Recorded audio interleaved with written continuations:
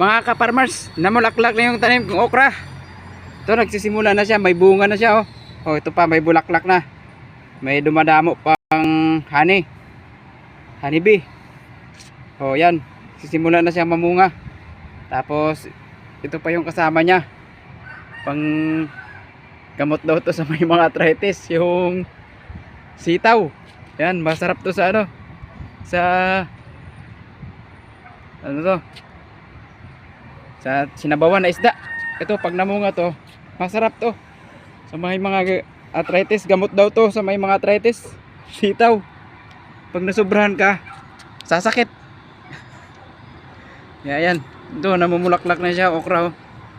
Ito, pwede rin to pang sinigang. Malapit na to pitasin siguro. Mga 2 araw na pipitasin ko na yan.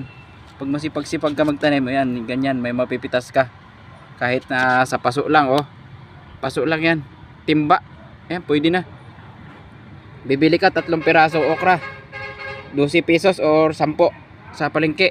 So dito na lang magtiyaga tayo dito sa paso. Yan, nagtanim ako ring okra. Mabipitas na oh.